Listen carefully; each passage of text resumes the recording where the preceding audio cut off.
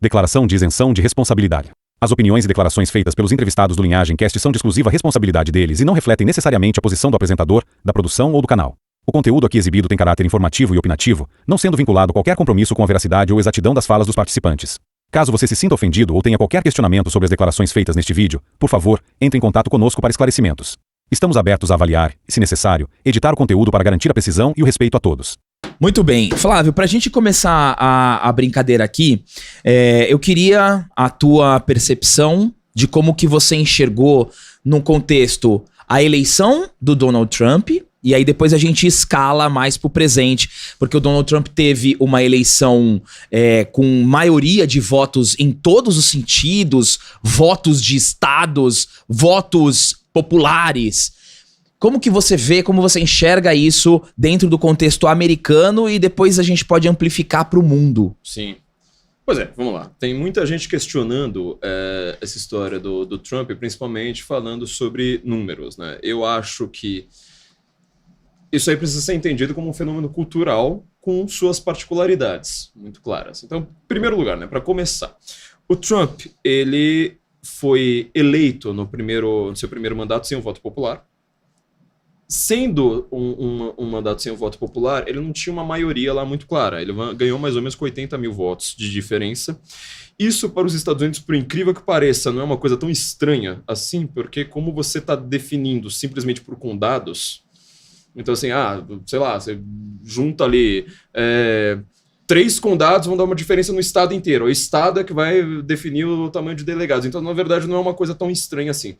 Mas ele ganhou com 80 mil votos na prática, né, de votos popular, de diferença ali, né, não ganhando voto popular, mas com 80 mil votos de diferença para montar o colégio eleitoral na primeira vez, enquanto que o Biden ele ganhou com menos margem ainda, né, ganhou com 40 mil votos de diferença. Aí ficou aquela discussão enorme, muita gente falando, olha, por conta da pandemia, você mudou as regras do jogo com o jogo andando, trocou as soldas do carro com o carro andando, e aí ficou uma discussão nos condados, falando assim, mas espera aí, isso aqui não valeria, quer dizer, voto pelo correio que chega meia-noite e 1 minuto, vale ou não vale?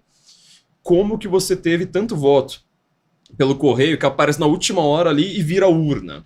Entendeu? Então, assim, tem muita especulação, tem muita discussão sobre isso. O Biden ganhou com uma margem bem menor que a do Trump, se você for parar para pensar. E aí o Trump agora volta, e isso aqui que é importante pra gente, ele volta com uma margem, ou seja, ganhou no voto popular, só que com 50,0%. Tá? O Reagan, para se ter uma ideia, o que foi a maior vitória republicana recente, sem ser esta do Trump, ele tinha 50,9%. Parece pouco, né? 0,9% de diferença, mas isso aí conta. Ou seja, o Reagan ele tinha um apoio muito grande. O Trump ele tem um apoio um pouquinho mais restrito, só que em compensação ele fez coisas que não aconteciam, principalmente com os republicanos, há muito tempo. Ou seja, ele ganhou em todos os 7 estados decisivos, né? Os swing states, que são aqueles estados que ora votam para o lado, ora votam para o outro.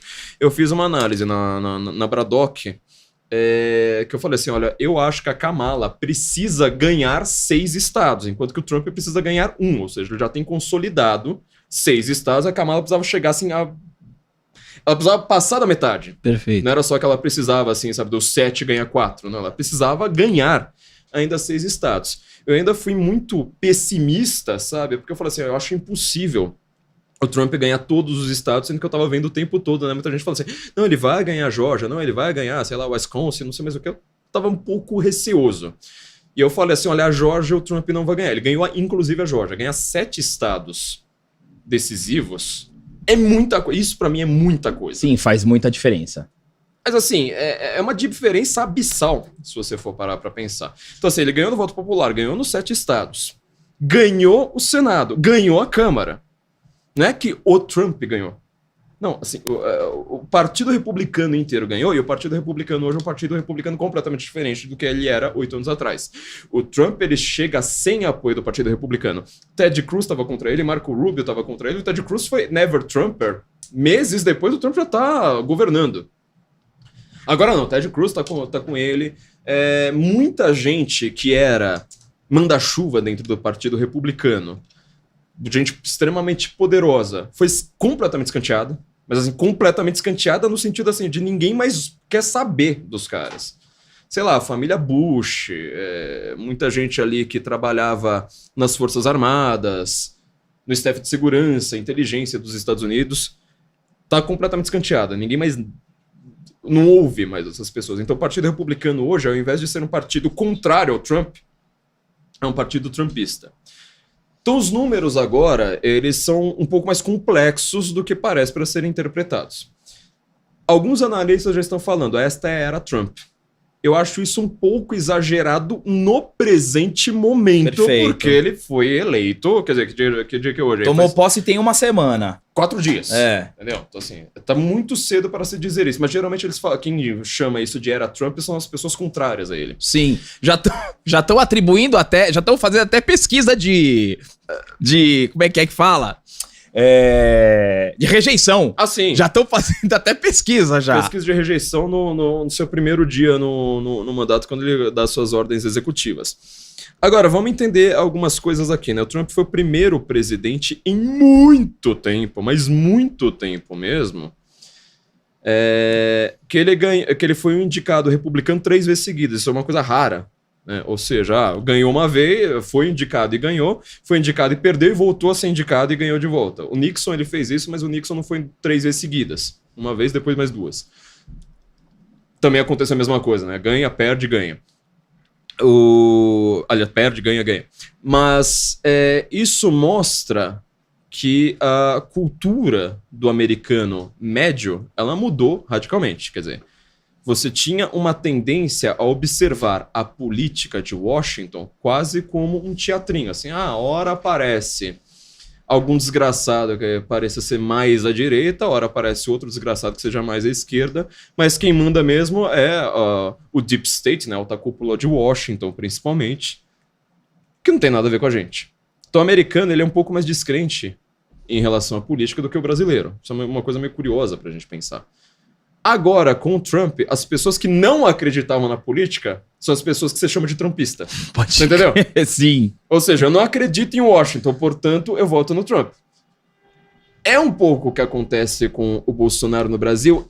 Mas não se traduz à perfeição, tá? O Bolsonaro, ele tem lá uma conexão com o centro, você não consegue imaginar assim, o centro...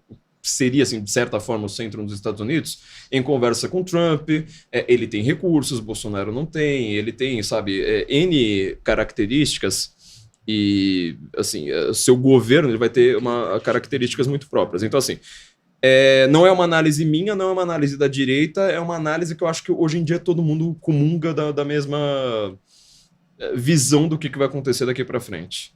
O Trump ele vai fazer um segundo mandato completamente diferente do primeiro. Primeiro, Eu também acredito nisso. Ele tava lá assim para conhecer o Washington, falou assim, eu vou tentar mexer aqui, vou tentar mexer aqui.